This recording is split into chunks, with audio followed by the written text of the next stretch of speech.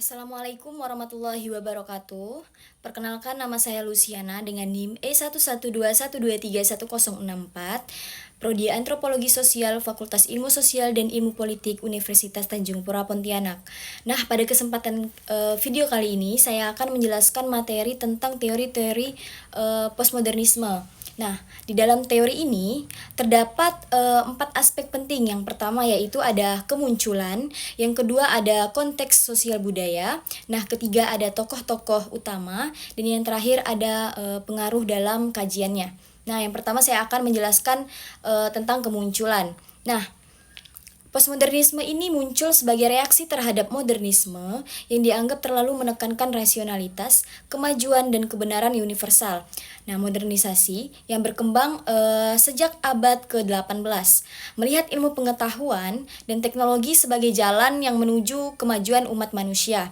Nah, namun pada pertengahan abad ke-20 banyak peristiwa-peristiwa Perang Dunia Kedua, Holocaust, dan kekecewaan terhadap kapitalisme serta kolonialisme menimbulkan krisis kepercayaan terhadap ide-ide modernisasi. Nah, muncullah kesadaran bahwa klaim atas kebenaran tunggal sering menjadi alat kekuasaan, penindasan, dan dominasi. Nah, maka lahirlah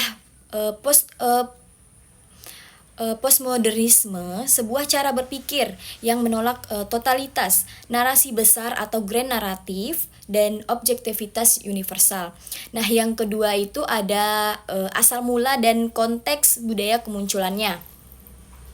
Nah, dalam postmodernisme ini berkembang pada akhir tahun 1960-an hingga 1980-an. Nah, terutama di Eropa dan Amerika Serikat.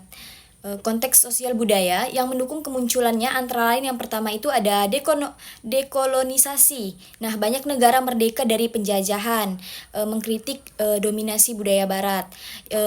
Ada juga perkembangan teknologi, informasi, dan media massa. Nah, di era digital ini muncullah dunia yang sangat terfragmentasi. Nah, ada juga gerakan sosial seperti feminisme, terus hak sipil, dan gerakan LGBT yang menantang norma-norma dominan.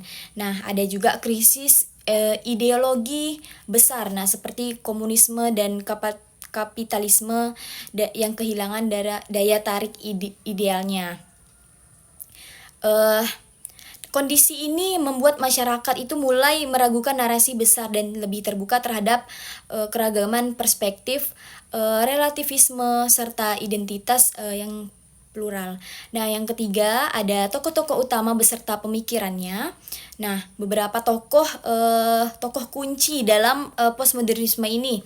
Nah, yang pertama itu ada Jean-François Lyotard.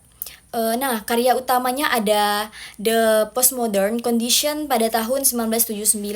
Nah, gagasan ini menolak grand naratif atau narasi besar seperti kemajuan, ilmu pengetahuan, dan emansipasi. Nah, ia menekankan pentingnya pluralitas dan legitimasi pengetahuan lokal. Nah, yang kedua yaitu ada tokoh Jacques Derrida.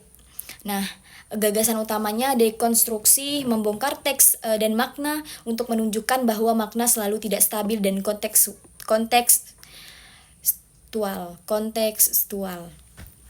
Nah, ada juga ia menentang gagasan bahwa bahasa bisa secara akurat merepresentasikan realitas. Nah, ada juga tokoh Michel Foucault. Nah, fokus pada hubungan antara pengetahuan dan kekuasaan. Terus dia menunjukkan bahwa apa yang dianggap sebagai kebenaran, nah selalu konstruksi secara sosial dan dipengaruhi oleh kekuasaan. Contohnya dalam wacana medis, hukum, maupun pendidikan. Nah, ada juga Frédéric Jameson. Nah, Frédéric Jameson ini mengkaji bahwa postmodernisme dalam budaya populer dan seni. Ia menyebut bahwa postmodernisme sebagai logika budaya dari kapitalisme akhir.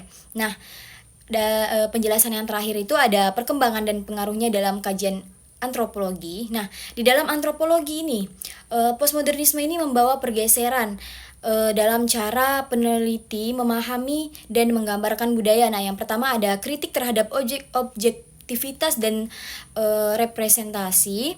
Nah, bahwa antropolog postmodern menolak anggapan bahwa peneliti bisa menjadi pengamat objektif.